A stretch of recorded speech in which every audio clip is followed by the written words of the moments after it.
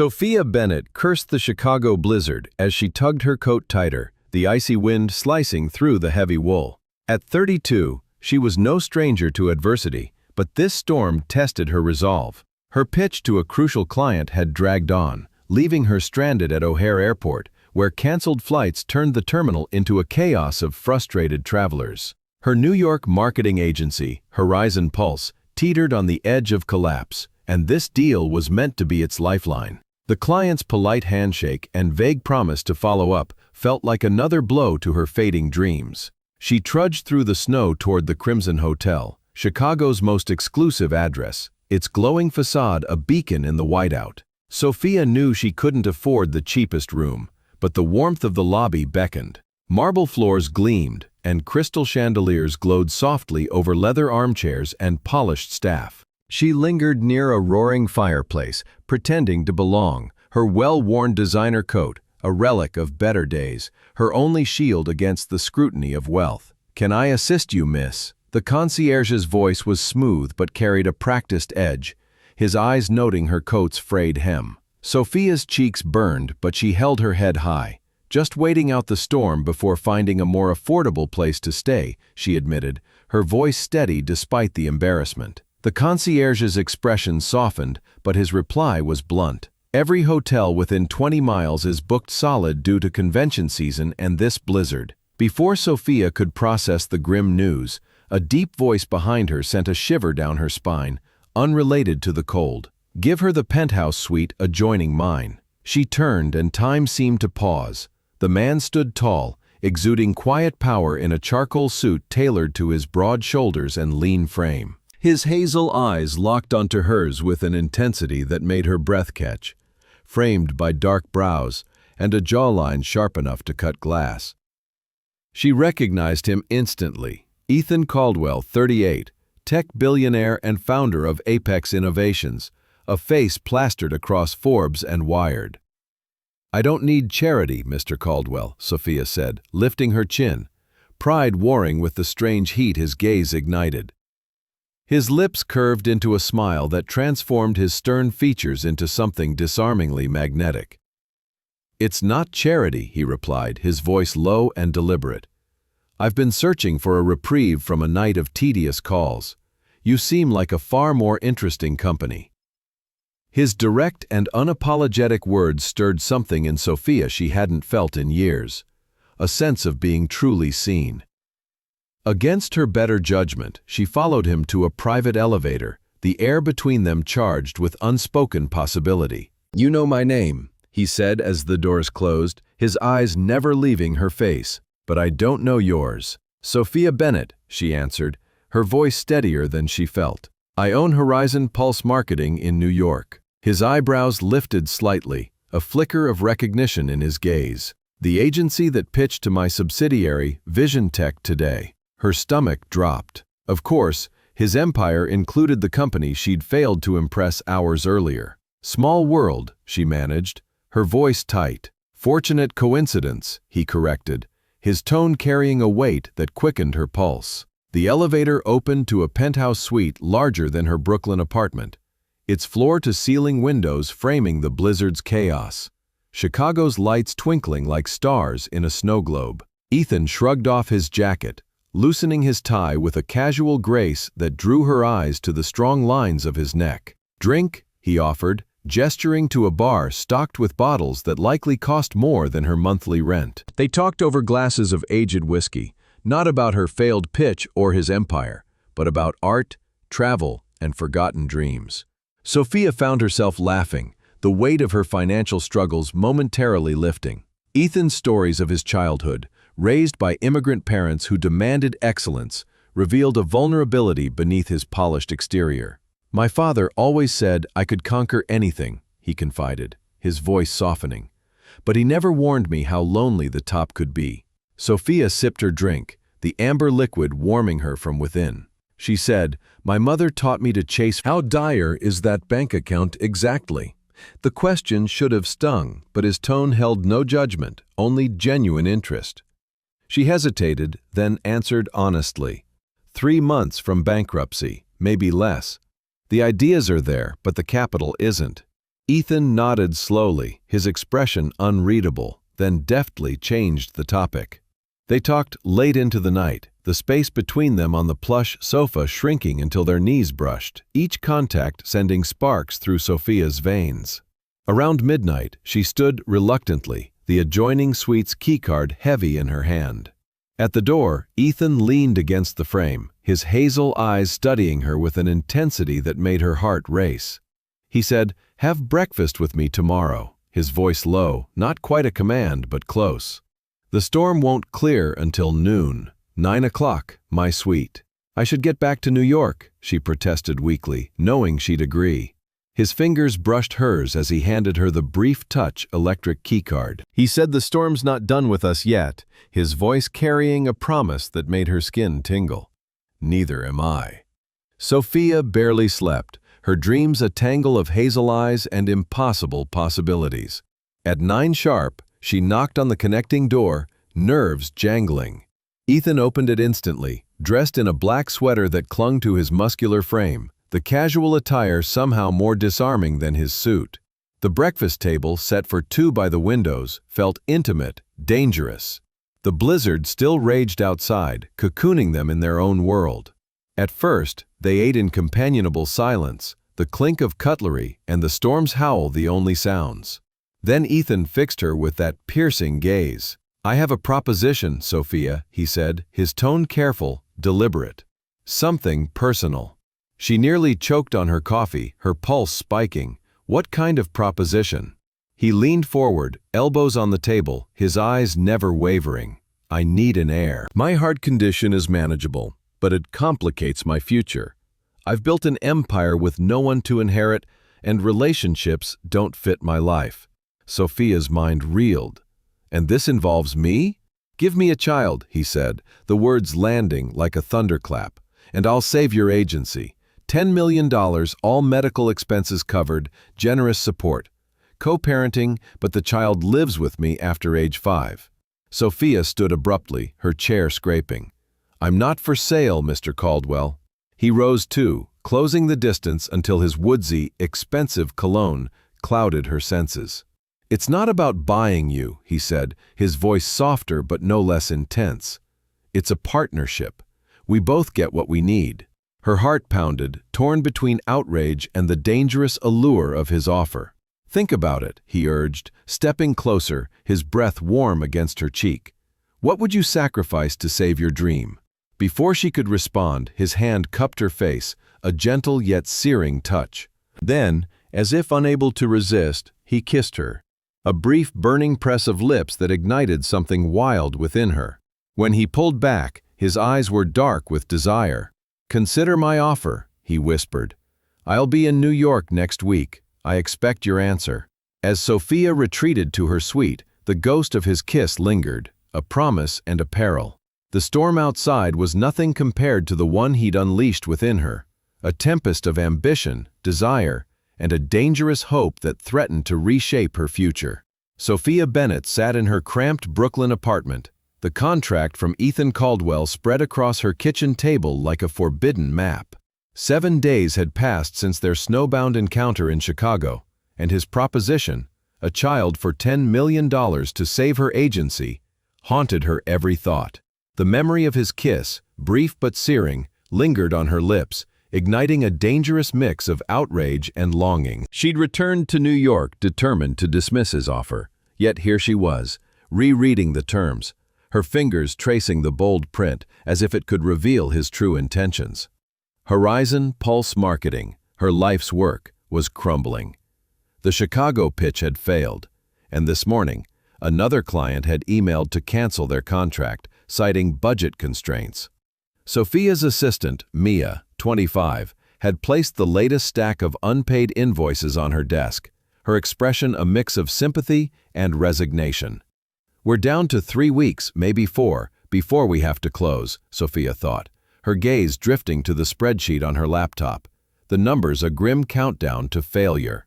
Her phone chimed, shattering the silence, a text from an unknown number. "Lunch tomorrow. I'm in town early.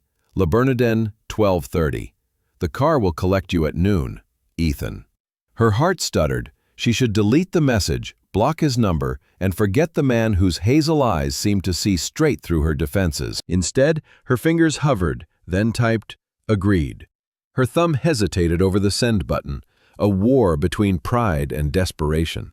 She pressed send, sealing her fate for another meeting. The next morning, Sophia spent too long choosing an outfit, settling on an emerald dress that hugged her curves and complemented her dark skin.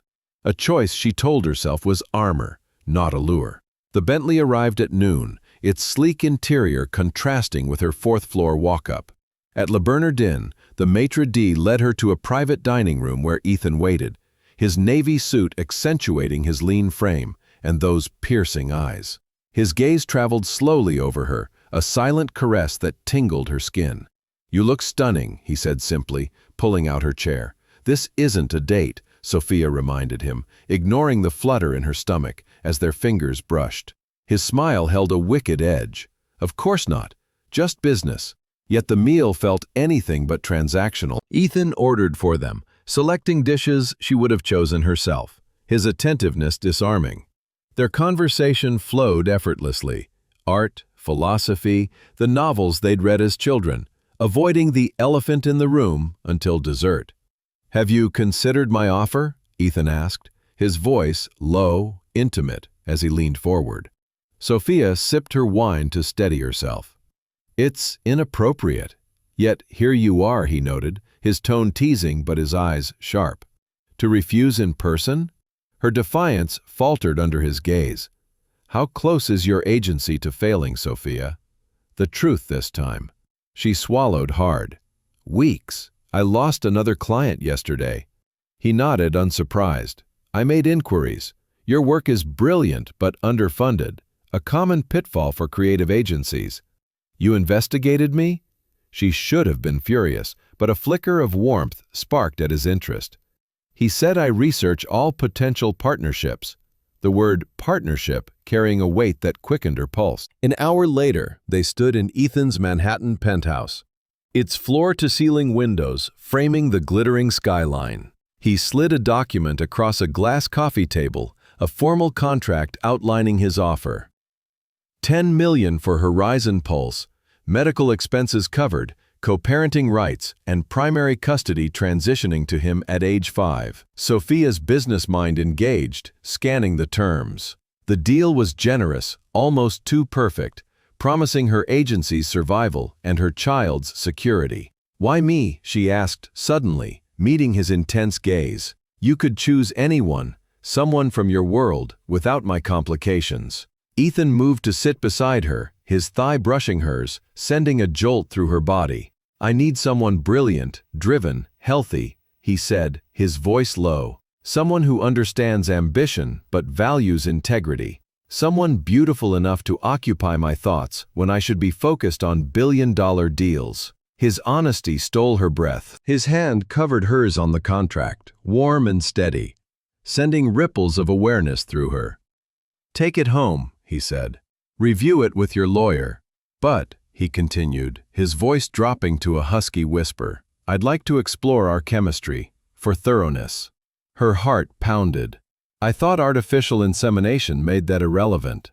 "We could consider alternatives," he murmured, his eyes dropping to her lips. She should leave, clutching the contract and her dignity. Instead, she heard herself ask, "How would you assess compatibility?" His smile was slow, dangerous.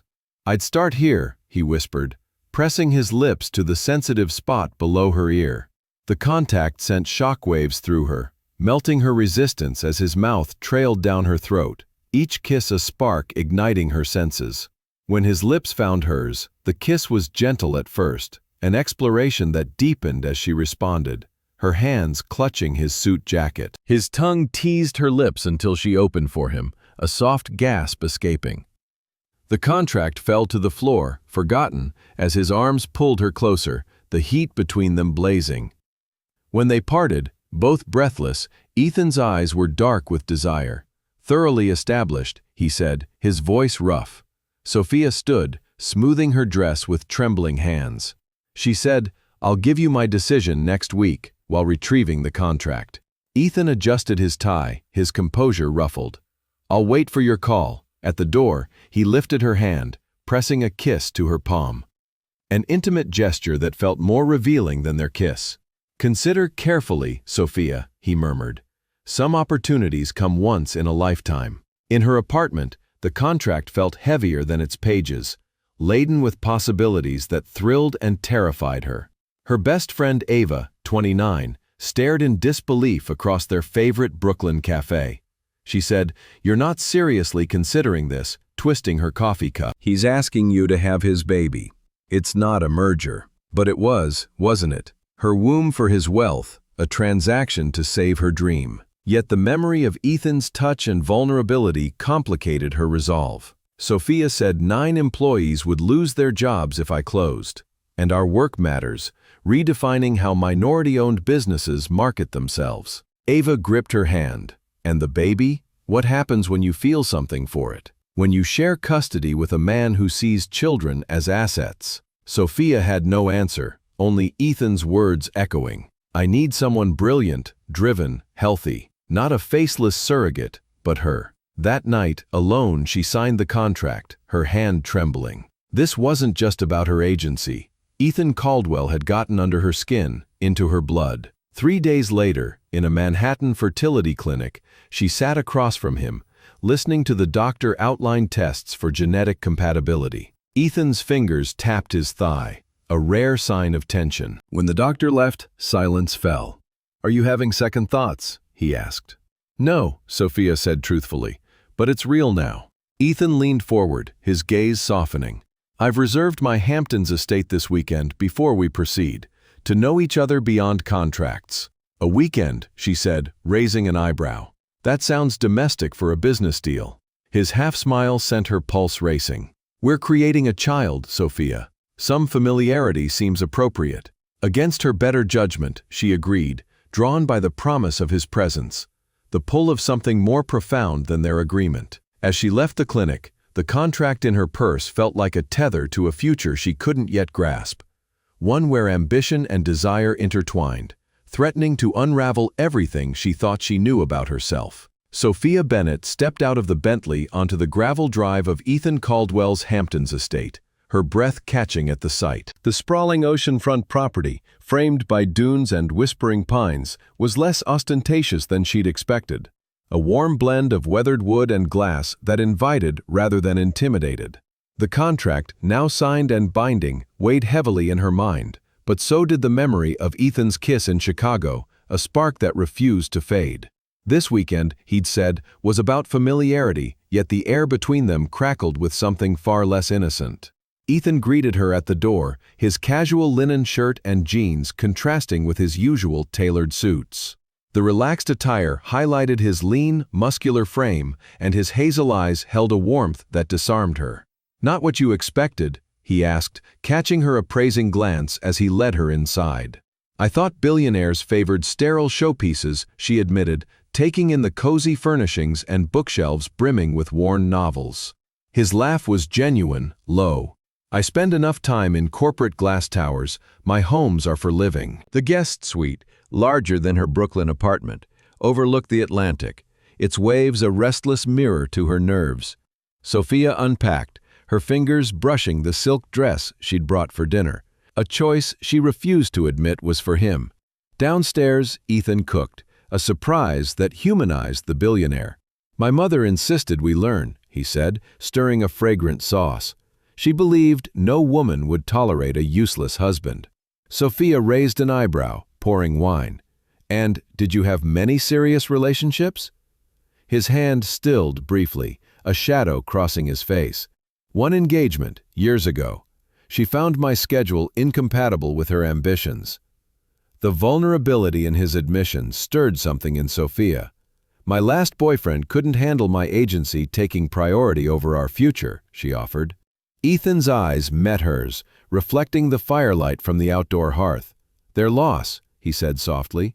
"Some fear ambition in those they love." They dined on the terrace, the chill of the evening offset by the crackling fireplace and Ethan's attentive gaze.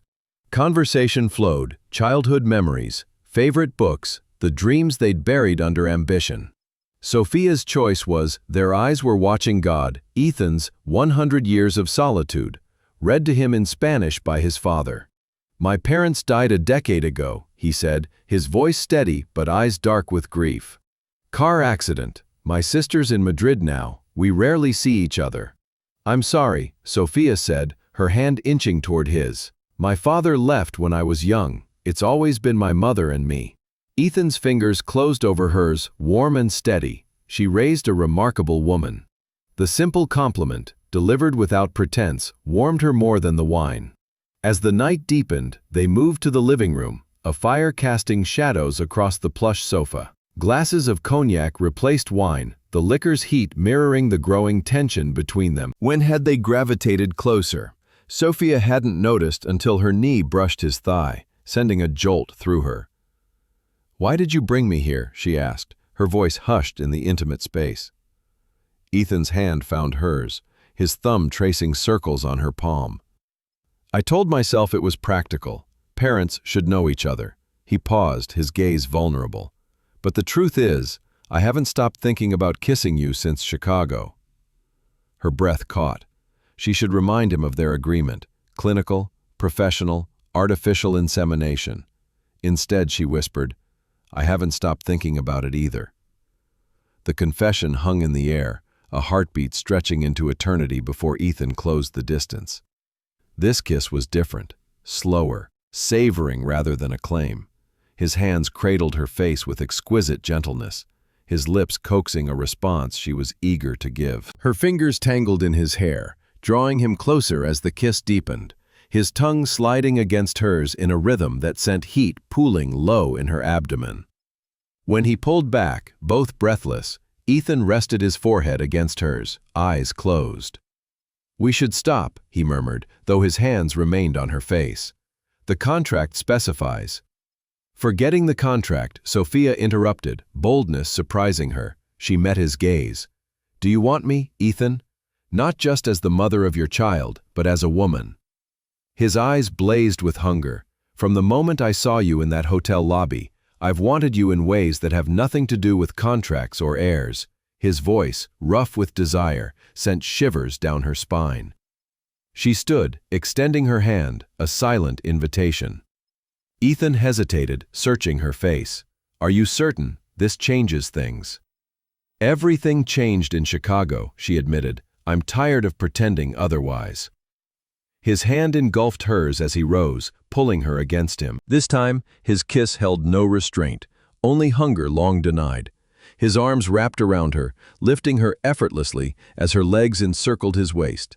Without breaking the kiss, he carried her toward the master suite, moonlight streaming through panoramic windows.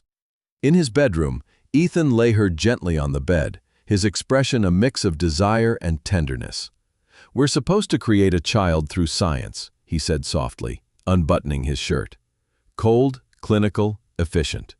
Sophia rose to her knees, her fingers replacing his, spreading the fabric to reveal a chest more muscled than his suit suggested. "I think we can manage the creation part ourselves," she whispered, her hands exploring his warm skin. "However, I can't promise to be clinical." His laugh vibrated beneath her palms. Efficiency has never been less appealing. As her fingers trailed to his belt, he caught her wrists gently. "Not yet," he murmured, pressing her back onto the mattress. "I've imagined this too many times to rush." His lips traced a path from her mouth to her jaw, then down her throat, each kiss unraveling her further. His fingers lowered her dress's zipper, each inch of exposed skin receiving the worship of his mouth until she trembled beneath him. "You're more beautiful than I imagined," Ethan whispered against her collarbone, drawing her dress away to reveal delicate black lingerie. Sophia reached for him, suddenly self-conscious under his heated gaze. "Don't look at me like that." "Like what?" His hand traced her waist with reverence. "Like I'm some priceless artwork you've acquired." Her voice betrayed vulnerability. His expression softened as he lay beside her, gathering her close. "Not acquired," he corrected, kissing her forehead. "Discovered, like a star I never knew existed, but can't imagine the sky without." His words stole her breath. She whispered that this is supposed to be physical, even as her heart raced with something deeper. Just compatibility.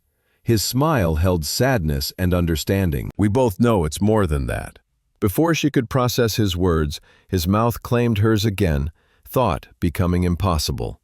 Their bodies moved together with an intensity that belied their short acquaintance, as if they'd known each other across lifetimes. Later, tangled in sweat-damp sheets, Sophia's head pillowed on Ethan's chest, his fingers tracing her shoulder. The clinical future of their agreement felt absurd. As sleep claimed her, she felt his lips brush her temple, his arms tightening possessively. "I'm falling in love with you, Sophia Bennett," he whispered, words not meant for her waking ears. And that was never part of the contract. In the darkness, her heart swelled with exhilaration and terror. Despite her vows to keep this professional, she was falling too, without permission, into a connection that threatened to consume her carefully guarded independence. Sophia Bennett returned to her Brooklyn apartment, the Hamptons weekend with Ethan Caldwell, a vivid memory that warmed and unsettled her.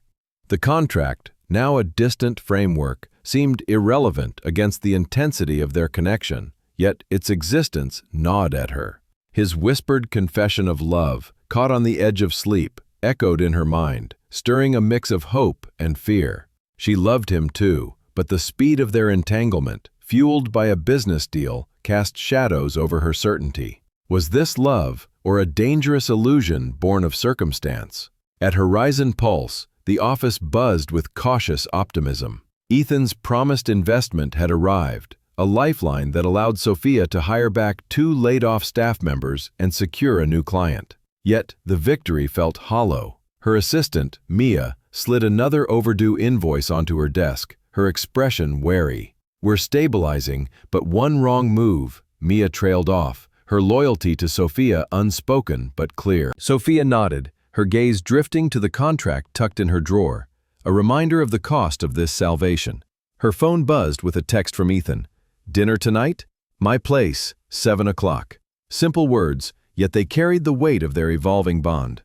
She typed a quick yes, her heart racing despite her resolve to maintain distance. That evening, she chose a simple black dress, professional yet flattering, a shield against the vulnerability Ethan's presence evoked. With its sweeping views of Central Park, his Manhattan penthouse felt like another world, one she both craved and feared losing herself in. Ethan greeted her with a smile that softened his sharp features, his casual sweater contrasting with the billionaire she'd met in Chicago. Dinner was intimate, a spread of Italian dishes he'd ordered from a favorite restaurant, paired with a bottle of Chianti. They spoke of trivial things, movies, music, the city's pulse, avoiding the contract and the Hamptons until dessert, when Ethan's gaze turned serious. "Have you spoken to your lawyer about the contract?" he asked, his tone careful. Sophia sipped her wine, stalling. "It's airtight, more than fair. But it's not just about the terms, is it?" His eyes searched hers. "No, it's not." He reached across the table, his fingers brushing hers, sending a familiar jolt through her. "I meant what I said in the Hamptons, Sophia. This isn't just business for me anymore." Her chest tightened. "And if I can't separate the two? If I'm not sure what's real?" Before he could respond, her phone rang, shattering the moment. It was Ava, her best friend, and her voice was urgent. "Sophia, a gossip blog claims you're pregnant with Ethan Caldwell's baby, a contract baby." Her blood ran cold. How? The contract was confidential, seen only by their lawyers. Ethan's expression darkened as she relayed the news. "I'll handle it," he said, already dialing his legal team. "Find the source, now." The next hours were a blur of phone calls and damage control. Ethan's PR team descended on the penthouse, and their efficiency was impressive and invasive. Sophia felt like a spectator in her own crisis, her independence slipping as professionals strategized around her. The leak, they suspected, came from a disgruntled former employee at her lawyer's firm, though proof was elusive. Ethan's sister, Isabella, 35, called from Madrid, her voice sharp with concern. This could hurt the family name, she said. An engagement announcement might quiet the rumors. Sophia's stomach churned at the suggestion, her earlier doubts resurfacing. "Is that what this is?" she asked Ethan after the call, her voice trembling. "A PR strategy?" His jaw tightened, hurt flashing in his eyes. "You think I planned this? I love you, Sophia. This scandal changes nothing." She wanted to believe him, but the timing felt too convenient, the contract's shadow too long. The next morning, Sophia met Ava at their Brooklyn cafe, seeking clarity. Ava said, "You're in love with him," her eyes narrowing over her coffee. But this started with a deal. What happens when the world sees you as the woman who sold her womb to a billionaire? Sophia flinched. "It's not like that. He chose me for me, not just the contract." Ava's gaze softened but held firm. "And you? Are you choosing him, or the lifeline he's offering?" Back at her apartment, Sophia stared at the contract, its clauses now a cage rather than a solution. Her mother, Eleanor, 60, called unexpectedly, her voice calm but probing. "I heard about the gossip," she said. "Isabella reached out to me." Sophia's heart sank. Ethan's sister had contacted her mother. "They're worried about you," Eleanor continued. "And frankly, so am I. You've always been independent. Is this relationship, contract or not, taking that from you?" "I love him, Mom," Sophia said, her voice breaking. "But I'm scared I'm losing myself in his world." Eleanor's tone softened. "Then take a step back. Make sure this is your choice, not his money or his charm." The words echoed Ava's warning, planting a seed of doubt that grew with each passing hour. Was her love for Ethan real, or a byproduct of their deal's intensity? That evening, Ethan arrived at her apartment, a rare visit to her modest space. His presence filled the room, his tailored coat out of place among her thrift store furniture. "I've contained the story," he said, his voice tight. "The leaker's been identified as a paralegal. Legal actions underway." Sophia nodded, her arms crossed. "And your sister's engagement idea? Is that part of the containment?" Ethan ran a hand through his hair, frustration evident. "Isabella's protective, but this isn't about her. It's about us." He stepped closer, his hazel eyes pleading. "I want you, Sophia, not a scandal fix. I want a future with you." His words stirred her, but doubt lingered. "How do I know what's real?" she asked. "The contract, the money, the gossip, it's all tangled up with us." He took her hands, his touch warm, grounding. "Then, let's untangle it. Spend time with me, away from all this. My Montana ranch, this weekend. No contracts, no media, just us." Sophia hesitated, torn between her heart's pull and her mind's caution. Ava's and Eleanor's warnings rang in her ears, but Ethan's vulnerability, the boy who'd lost his parents, the man who'd admitted to loneliness, tugged at her. Against her better judgment, she agreed. The ranch was apart from Manhattan, a sprawling haven nestled against the Rockies. Ethan had dismissed the staff, leaving just the two of them under a sky ablaze with stars. They sat on the deck, a fire crackling, the silence amplifying their closeness. "I come here to escape," he said, his arm around her, "to remember who I am beyond the empire." Sophia leaned into him, the contract's weight fading under the vast Montana sky. "Why me, Ethan?" she asked, her voice soft. "You could have anyone." His fingers threaded through hers. "Because you're not anyone. You're the woman who walked into a blizzard and stood her ground. The woman who's brilliant and fierce makes me want more than I ever thought possible." His words broke something open in her, but doubt lingered like a shadow. As they moved inside, the firelight casting their silhouettes on the walls, Sophia felt the pull of his touch, his gaze. Their kiss was inevitable, a collision of need and uncertainty. Yet, as his lips traced her jaw, her heart whispered a question. Was this love or the contract's seductive trap? The elusive and terrifying answer hung between them, a shadow she couldn't yet banish. Sophia Bennett stood on the deck of Ethan Caldwell's Montana ranch, the night sky a vast canvas of stars that dwarfed her uncertainties. The contract binding them, a child for her agency's survival, felt like a distant echo, overshadowed by the warmth of Ethan's arm around her shoulders. Their weekend escape, meant to strip away the noise of media scandals and family pressures, had instead deepened the pull between them. Yet as the fire crackled nearby, Sophia's doubts lingered, a quiet undercurrent beneath her growing feelings for the man beside her. "You're quiet," Ethan said, his voice low, his hazel eyes catching the firelight as he studied her. "Just taking it all in," Sophia replied, gesturing to the endless stars. "I've never seen a sky like this." He tightened his hold, his fingers grazing her hair. "I come here when the world gets too loud. No staff this weekend, just us." The intimacy of his words warmed her more than the flames, but a flicker of unease persisted. Was this escape truly about them, or another layer of his carefully orchestrated world?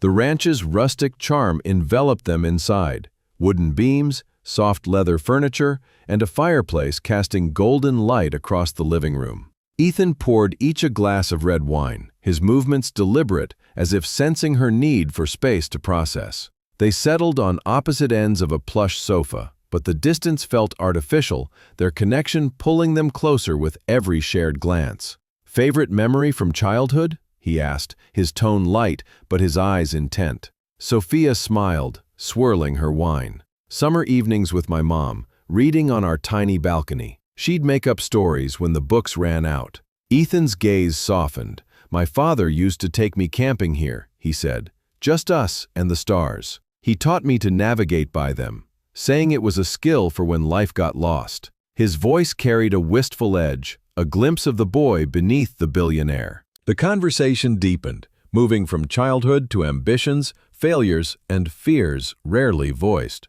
Sophia shared her struggle to build Horizon Pulse, and the sleepless nights spent proving her worth in a cutthroat industry. Ethan admitted to the pressure of his parents' expectations, their immigrant dreams pinned on his success. "I built an empire," he said, "but sometimes I wonder if it's what they wanted, or what I thought they did." The vulnerability in his admission cracked something open in Sophia, her guard slipping further. As the fire burned low, their voices grew softer, the space between them shrinking until her hand rested near his. "I didn't expect this," she said, almost to herself, "to feel so connected." Ethan's fingers brushed hers, sending a familiar spark through her. "Neither did I," he murmured. "I thought I wanted an heir, a legacy. But you, Sophia, you're more than I planned for." Her breath caught, the weight of his words stirring both desire and fear. She should pull back, remind them of the contract's boundaries, but his gaze held her, raw and unguarded. When his hand cupped her cheek, the touch was gentle yet electric, and she leaned into it, unable to resist. Their kiss was slow, deliberate, a dance of lips that spoke of longing rather than conquest. His hand slid to her waist, pulling her closer, and she melted into him, her fingers tracing the strong lines of his back. The moment was interrupted by a sharp pain in her side, a sudden twinge that made her gasp and pull back. Ethan's eyes widened with concern. "What's wrong?" "Just a cramp," Sophia said, pressing a hand to her abdomen, her heart racing with a flicker of panic, probably from traveling. His brow furrowed, his hand covering hers. "You're pale. We're calling a doctor." "It's nothing," she insisted, but her voice wavered. The pain, though fleeting, had shaken her, a reminder of the physical reality of their agreement. Ethan was already on his phone, arranging for a local physician to visit. Within an hour, Dr. Ellis, a silver-haired woman in her 50s, arrived, her calm demeanor contrasting with Ethan's barely concealed worry. After a brief examination, she smiled reassuringly. "Likely just dehydration and stress," she said. "Rest, fluids, and no more wine for now. But I'd recommend a follow-up in New York, especially given your plans." Sophia nodded, avoiding Ethan's gaze, mentioning their plans, a child, a contract, reigniting her doubts. Dr. Ellis left, and Ethan knelt before her, his hands framing her face. "You scared me," he said, his voice rough. "I can't lose you, Sophia. not to a cramp, not to anything. His intensity, both protective and possessive, sent a shiver through her. "I'm fine," she said, but her words felt hollow, the scare amplifying her uncertainty about their future. They moved to the master bedroom, where Ethan insisted she rest. He drew her a bath, the warm water scented with lavender, and joined her, his touch gentle as he massaged her shoulders. She said, "You don't have to do this," leaning back against his chest. "Hover over me like I'm fragile." His hands stilled. "I'm not hovering, I'm caring. There's a difference." His voice held a quiet intensity, and she felt the depth of his fear, mirroring her own. As they lay in bed later, moonlight filtering through the windows, Ethan's arm draped protectively over her, Sophia's mind churned. The health scare, though minor, had cracked open a deeper vulnerability. What if something went wrong with the pregnancy? What if her feelings for Ethan clouded her judgment, binding her to a man whose world could swallow hers? "I'm scared too," she admitted into the darkness, her voice barely audible. "Not just about tonight, but about us. About losing myself in this." Ethan shifted, his hand finding hers. "You won't lose yourself, Sophia. I won't let that happen. I want you as my partner, not my possession." His words were a promise, but they didn't erase the shadow of the contract, its terms a silent reminder of their unconventional start. She turned to face him, her fingers tracing his jaw. "How do we do this? Build something real when it started with a deal." He kissed her forehead, his lips lingering. "We build it day by day, moment by moment, starting with trust." His honesty, raw and unguarded, stirred something deep within her. She wanted to believe him and let go of her fears, but the contract's weight, the media's scrutiny, and her ambitions held her back. As his breathing evened out in sleep, Sophia lay awake, the stars outside a silent witness to her turmoil. The next morning, over breakfast on the deck, Ethan was quieter, his gaze lingering on her with a mix of tenderness and concern. "You're still thinking about last night," he said, not a question. Sophia nodded, her coffee untouched. The scare made it real, the stakes, the risks. "I need to know I'm choosing this for me, not just for Horizon Pulse or us." He leaned forward, his hand covering hers. "Then, let's make it clear. No pressure, no rush. Just us, figuring it out." His words were a lifeline, but as they packed to return to New York, Sophia felt a shift. The weekend had revealed not just their passion, but the fragility of their bond, tested by doubts and unexpected fears. As the car pulled away from the ranch, Ethan's hand rested on hers, a silent promise. Yet, Sophia knew the path ahead would demand more than desire. It would require trust, courage, and a clarity she wasn't sure she possessed. Sophia Bennett sat in the sterile office of a Manhattan fertility clinic, her hands clasped tightly in her lap, the weight of her decision pressing against her chest. The contract with Ethan Caldwell, now a tangible bond between them, had brought her here. Still, the memory of their Montana weekend, his tender touch, his whispered confession of love, complicated everything. She stole a glance at Ethan, seated beside her, his usually composed demeanor betrayed by the rhythmic tapping of his fingers on his thigh. The doctor's words about genetic compatibility and fertility assessments faded into background noise as Sophia grappled with the reality of their agreement. A child to save her agency. This child now felt so much more. The doctor excused herself, leaving them alone in the quiet room. Ethan's gaze met Sophia's, his hazel eyes searching. "Are you having second thoughts?" he asked, his voice low but steady. "No," she said, her honesty surprising her. "But it's real now. The tests and the procedures are not just contracts anymore." He leaned forward, elbows on his knees, his intensity softening. "I meant what I said in Montana, Sophia. This isn't just about an heir for me. It's about us." Her heart fluttered, but doubt lingered, a shadow cast by the clinical setting and the contract's terms. Before she could respond, Ethan stood, offering his hand. "Come to my Montana ranch again this weekend," he said. "Before we move forward with this, let's have time together, away from all this." She hesitated, Ava's warnings about losing herself echoing in her mind, but the pull of his presence was undeniable. "Okay," she agreed, her voice barely above a whisper. Nestled against the Rockies, the ranch felt like a sanctuary as they arrived under a sky with stars. Ethan had dismissed the staff again, leaving them in a bubble of intimacy. They sat on the deck, a blanket draped over Sophia's shoulders, the fire's warmth a counterpoint to the crisp air. "I've never felt so small," she murmured, gazing at the constellations. Ethan's arm tightened around her. "This place humbles me too," he said. "It's where I come to remember what matters." Their conversation drifted to family traditions, a topic they'd skirted before. Ethan said my mother used to sing lullabies in Spanish, and his voice was soft with memory. She'd tell me stories of our ancestors, how they built lives from nothing.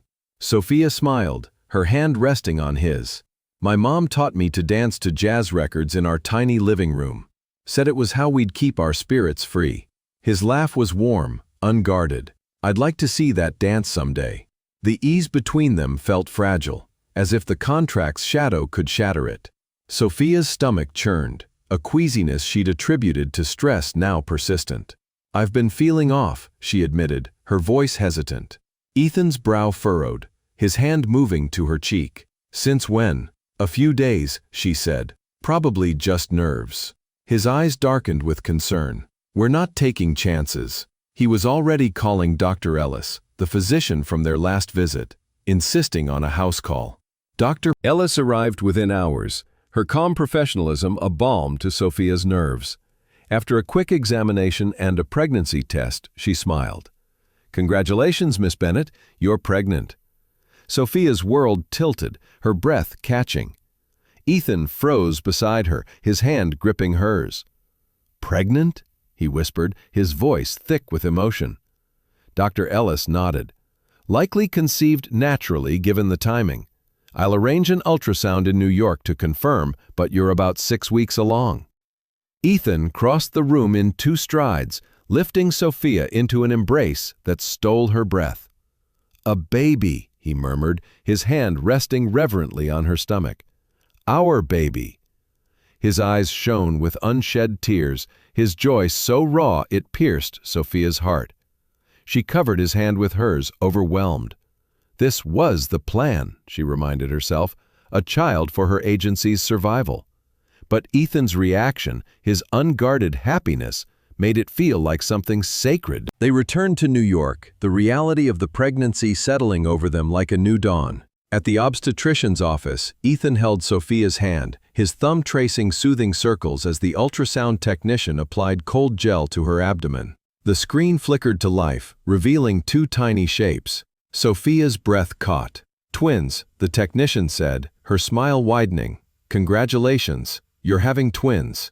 The word twins echoed in Sophia's mind, doubling the stakes, the joy, the fear. She turned to Ethan, expecting calculation, a businessman assessing an unexpected return. Instead, his face lit with pure, unfiltered joy, his smile radiant.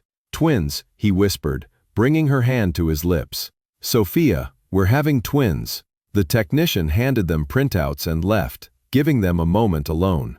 "This changes things," Sophia said, her voice trembling. The contract specified 1 child. Ethan's expression shifted to disbelief. "You think I see this as a contractual issue? 2 heirs instead of 1? That's not—" She cut herself off, regretting her words as pain flashed across his face. "Is that how you see our children, as investments?" "I don't know what to think," she admitted, her voice breaking. "This was supposed to be simple." Ethan shook his head, his jaw tight. "There's nothing simple about this, Sophia. Not since I met you." He knelt beside the examination table, taking her hands. "Listen to me. I don't care if it's 1 baby or 2 or 10. They're ours, created together. Can't you see what that means to me?" His vulnerability undid her, tears welling in her eyes. "I'm scared," she whispered. "This is happening so fast." "I know," he said, his voice softening. "But you're not alone. I promise you that it's not just because of the contract." The unspoken emotion in his words hung between them, heavy with meaning neither was ready to name. "Let's go home," he said, helping her up. "We have a lot to talk about." Home was Ethan's Manhattan penthouse, where he insisted Sophia stay to monitor her health. The twins, the doctor warned, increased risks like morning sickness and fatigue. That evening, Ethan surprised her with a small jewelry box on the penthouse terrace. "Not what you think," he said, seeing her wary expression. He revealed a platinum bracelet with 2 sapphire charms, one for each baby. He said, "I had it made today," fastening it around her wrist. "It's beautiful," Sophia whispered, touched by the thoughtfulness. Ethan's gaze turned serious. "I called my cardiologist today, and he said, I'm starting a new treatment for my heart condition, more aggressive." Her eyes widened. "Why now?" His hand cupped her cheek, his thumb stroking gently, "Because I have more reason than ever to stay alive." His words, raw and honest, made her throat tighten. "I never expected twins," he admitted. "Or you, Sophia. You've changed everything."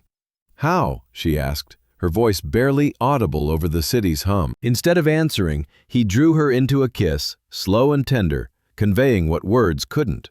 As the Manhattan lights twinkled, Sophia surrendered to the truth she'd been fighting. What began as a deal was now the deepest connection of her life. Later, in bed, Ethan's hand rested protectively on her stomach. Sophia felt the twins' faint movements, a reminder of the lives binding them. The bracelet gleamed in the moonlight, 2 sapphires for 2 blessings. Whatever came next, doubts, risks, or love, she knew these children would be loved. And as Ethan's arms tightened around her, she wondered if she could trust this joy, or if the contract's shadow would always loom. Sophia Bennett had settled into Ethan Caldwell's Manhattan penthouse, her Brooklyn apartment a symbolic tether to her independence. At 3 months pregnant with twins, the morning sickness was relentless, sapping her energy and testing her resolve. Horizon Pulse, her marketing agency, was thriving with Ethan's investment, but the physical toll of pregnancy made her feel like a stranger in her own body. She sat at the dining table, laptop glowing with spreadsheets for a new campaign, her face pale from another bout of nausea. Fresh from a 3-day trip to Silicon Valley, Ethan entered, his tie loosened and jacket slung over his shoulder. His hazel eyes softened at the sight of her, but concern quickly replaced warmth. "You should be resting," he said, crossing to her with purposeful strides. "The Peterson campaign launches next week," Sophia replied, her voice tired but firm. "I need to finalize the strategy." Instead of arguing, Ethan moved behind her, his strong hands finding the knots in her shoulders, kneading with a precision that drew a sigh from her lips. He said, "You've built a brilliant team," his thumbs working magic along her spine. "Trust them to execute your vision." Sophia let her head fall against his chest, tension melting under his touch. She teased that it was rich coming from the notorious micromanager of Apex Innovations. His low chuckle vibrated against her. "Do as I say, not as I do." When his hands shifted to her temples, easing the headache she hadn't mentioned, she nearly moaned with relief.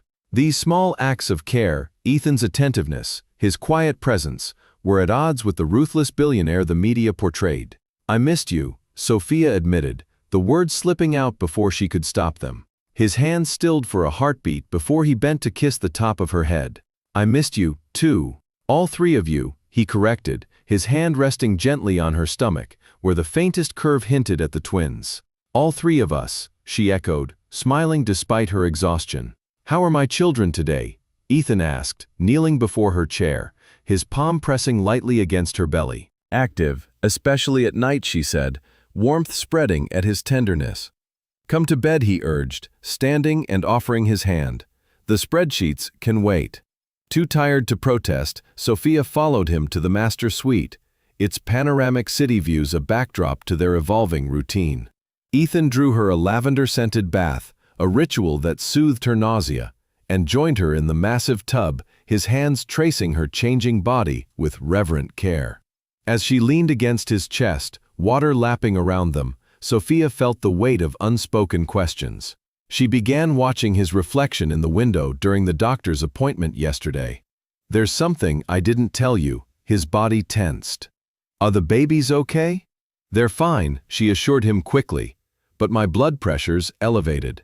Dr. Morgan wants partial bed rest for a few weeks. She's worried about preeclampsia." Ethan was silent, his hands tightening protectively over her belly beneath the water. "Why didn't you tell me sooner? You were closing the Tokyo deal," she said. "I didn't want to worry you." He turned her to face him, water sloshing. "Nothing, no deal, no company, is more important than you and our children. Do you understand?" His fierce intensity stole her breath. "Ethan, He cut her off, his hands framing her face. "When I wrote that contract, I thought I wanted an heir, a legacy. Thinking of anything happening to you terrifies me more than any business failure." The raw emotion in his voice made her throat tighten. "I'm fine," she said. "It's just a precaution." He said a precaution we're taking seriously, his thumb stroking her cheek. "Starting tomorrow, you will work from home. I'll set up a home office in the guest suite."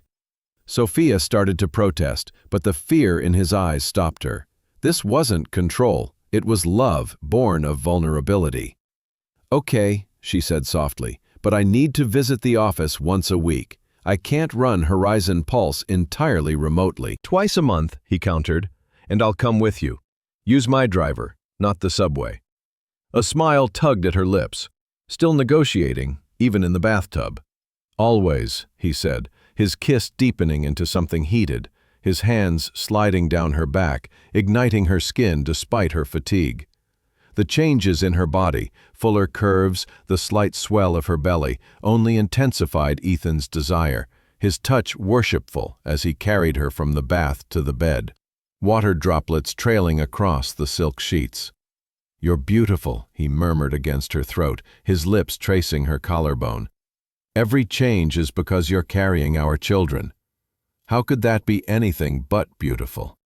His tenderness brought tears to Sophia's eyes, from desire and the emotional intimacy that had grown between them. Later, tangled in sheets, Ethan's hand traced patterns on her skin as he spoke into the quiet. "I'm renovating the east wing for a nursery." Sophia propped herself on an elbow. "When did you decide this?" "Last week," he admitted, a sheepish grin breaking through. "The designer's coming tomorrow for your input." "Of course you did," she said, smiling. "Always 10 steps ahead." "Not always," he said, brushing a curl from her forehead. "You've kept me off balance since we met." The next weeks brought profound changes. Ethan installed a state-of-the-art home office for Sophia, with video conferencing to manage her agency remotely. More surprising was his shift. Board meetings were relocated to the penthouse, business trips were delegated, and late-night calls were conducted from their bedroom, so he could stay near. Sophia awoke to an empty bed one morning, unusual for Ethan's protective presence. Following the scent of coffee, she found him in a transformed sitting room, now a nursery under construction. Ethan stood barefoot in sleep pants, deep in discussion with renowned interior designer Nora Patel. "The cribs need more space," he was saying, gesturing to blueprints. "And the monitoring system must sync with our phones and the night nurse's station." "Morning," Sophia said, amused by his intensity. Ethan turned, his smile disarming as he crossed to her, kissing her softly. "You should be resting," he chided. "But the scent of coffee lured me," she said, nodding to Nora. They reviewed the plans, a celestial-themed nursery with constellations on midnight blue ceilings, custom, sustainable furniture, and a small door connecting to their bedroom. "You moved the nursery closer," Sophia noted, warmth spreading at the change. Ethan said, "I want them near us, at least for the first year." The casual intimacy of his words, "our bedroom, us," reflected how deeply their lives had intertwined, far beyond the contract's cold terms. That afternoon, a delivery crew arrived with dozens of children's books, filling new shelves in the nursery's reading nook. Ethan explained that every title is developmentally significant, plus classics from multiple cultures holding a book of African folk tales. Sophia's breath caught, the same one her mother had read. "How did you know?" she asked. Ethan looked sheepish. "I had lunch with your mother last week. She mentioned it." "You what?" Sophia stared, torn between amusement and irritation. "She was hesitant at first," he said, "concerned about you carrying my children without marriage. But we agreed we want what's best for you and the babies." "And what's that?" she asked, her voice sharp. Ethan took her hands, his gaze steady. Your happiness, your health, your independence, and maybe, someday, your heart. His words, raw and honest, melted her frustration.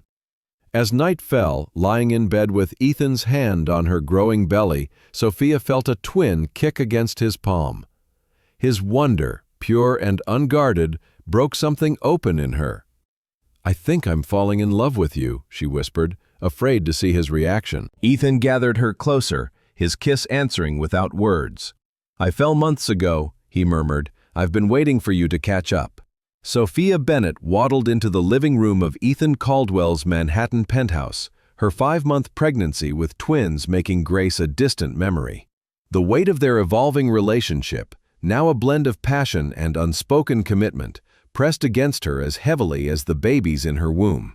The contract that had launched their journey felt like a relic, yet its shadow lingered, especially with the arrival of Ethan's family.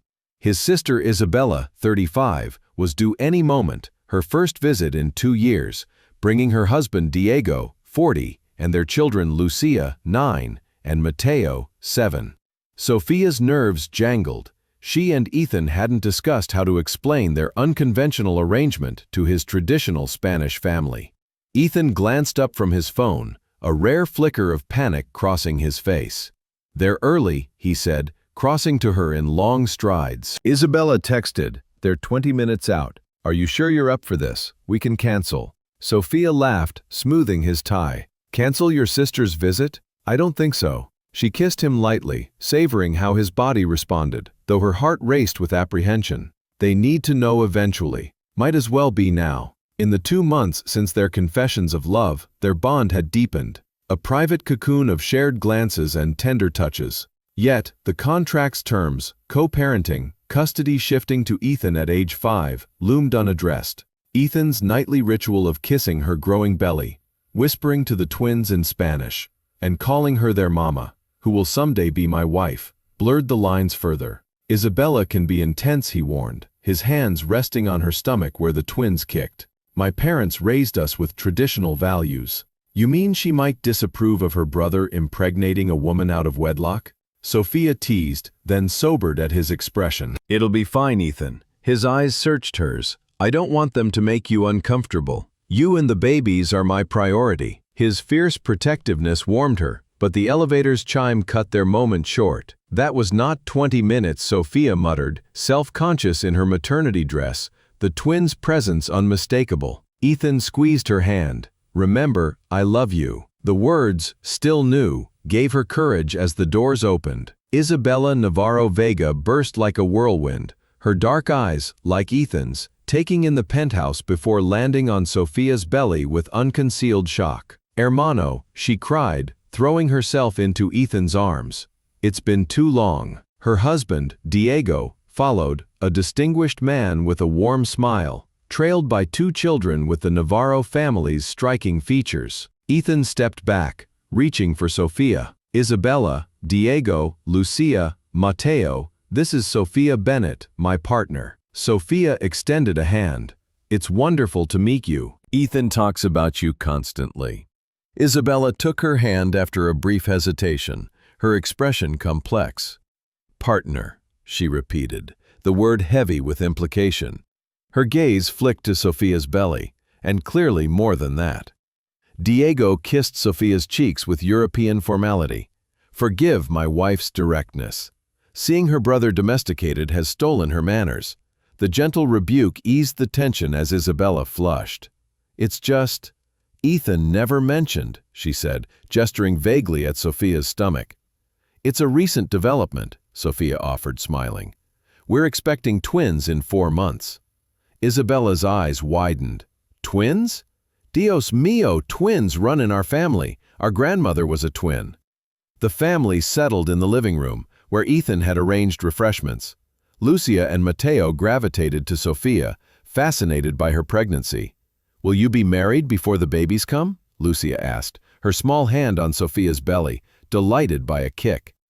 The room stilled. Sophia glanced at Ethan, unsure. Lucia, Isabella began, but Ethan cut in gently. It's okay. Sophia and I are taking things one step at a time. Papa says babies should have married parents, Lucia persisted, oblivious to the tension. Diego cleared his throat. Let's get the children settled in their rooms. After they left with tablets, the adults reconvened for drinks, sparkling water for Sophia, scotch for the others. Isabella sat beside Sophia, her gaze curious. How did you and my brother meet? He's been vague. Sophia hesitated, glancing at Ethan, discussing Diego's banking business across the room. In Chicago, during a business trip, she said carefully. My agency pitched to one of his subsidiaries. Isabella said business is always Ethan's first love, her smile knowing. Until now, it seems. Sophia nodded, unsure how much to reveal. Isabella laughed softly. Most women call him controlling, obsessive. Yet you're carrying his children and looking at him like he hung the stars. Heat rose in Sophia's cheeks. Was her love so obvious? Ethan's not what he seems, she said. There's more to him. Clearly, Isabella said, her eyes softening. I've never seen him like this. The way he watches you, like you might vanish if he blinks. She leaned closer, voice low. He never brought women here, not even his ex-fiancée, Sophia. They were engaged for nearly a year. Sophia hid her surprise. Ethan had mentioned a past engagement, but sparsely. People change, she offered. Isabella's gaze was firm. My brother doesn't, not without reason. Her eyes dropped to Sophia's belly. Are the twins why you're not married? The question hung delicately. Sophia opened her mouth to explain their arrangement, then stopped. How could she describe a contract that had morphed into love? The timing was unconventional, she said finally. But the babies are wanted by both of us. Isabella seemed poised to press further when Ethan appeared, his hand possessive on Sophia's shoulder. Interrogating my partner? His tone was light, but Sophia sensed his protectiveness. Isabella said she was just getting to know the woman who's tamed you, her smile not reaching her eyes.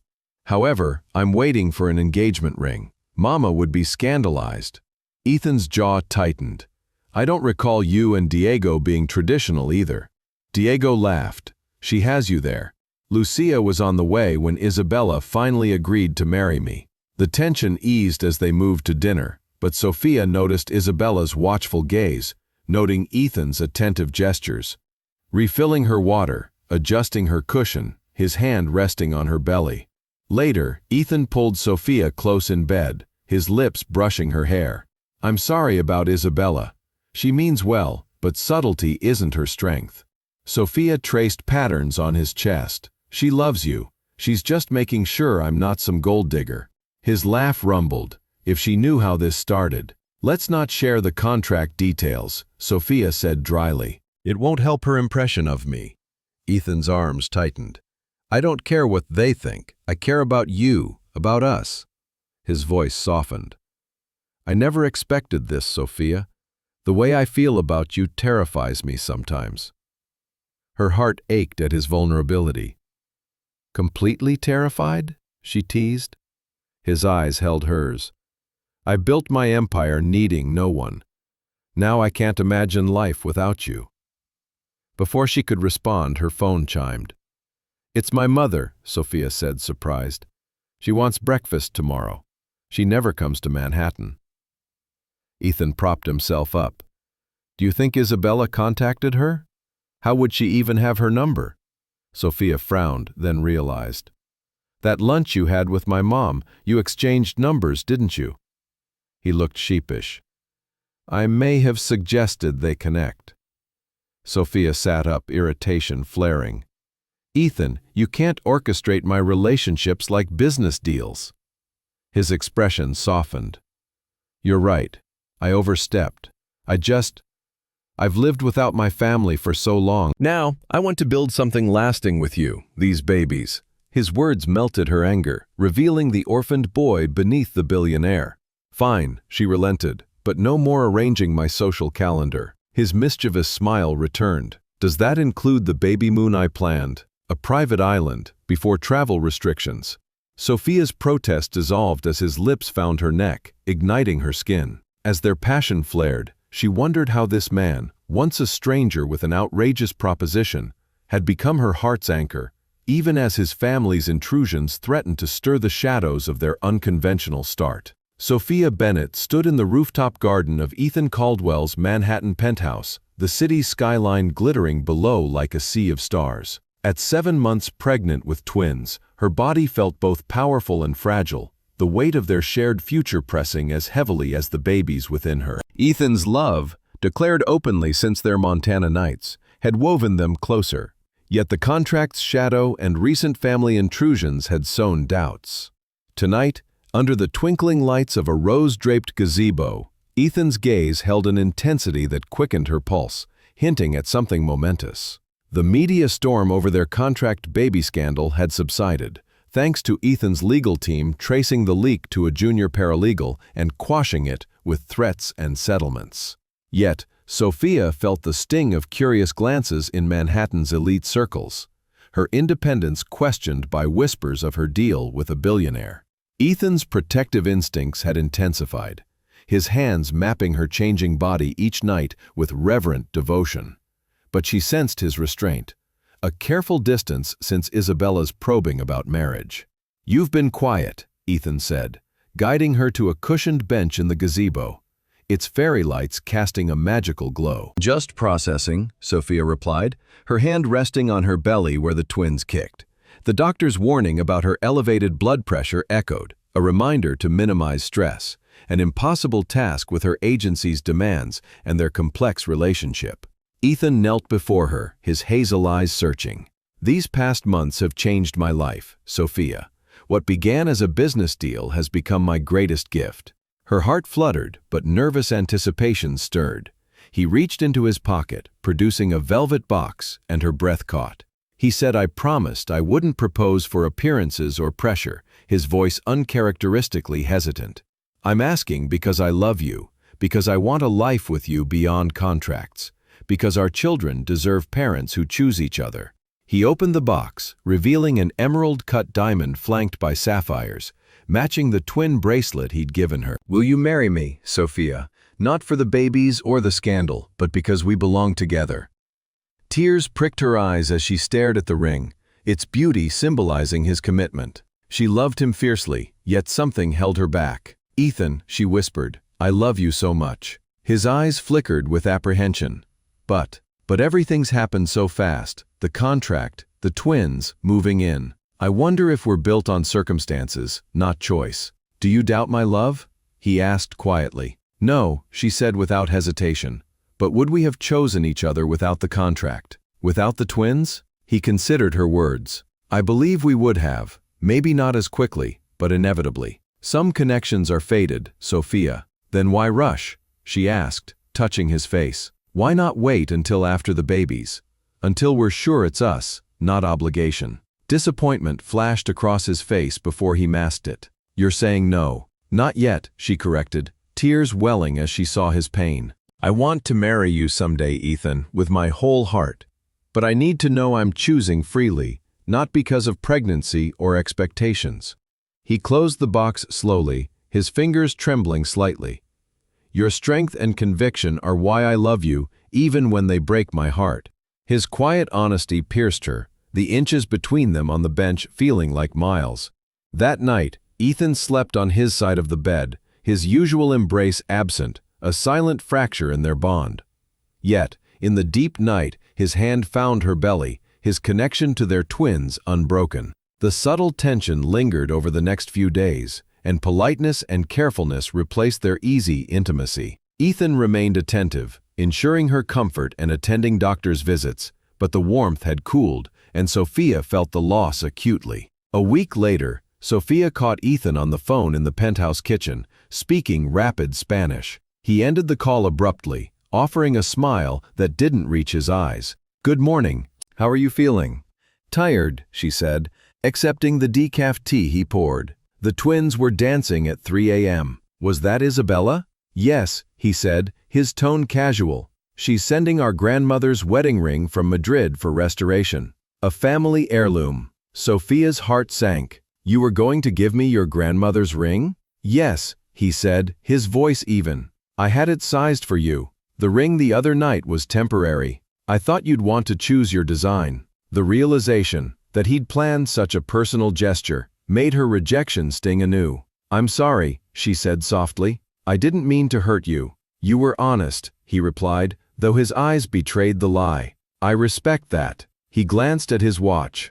"I have meetings downtown.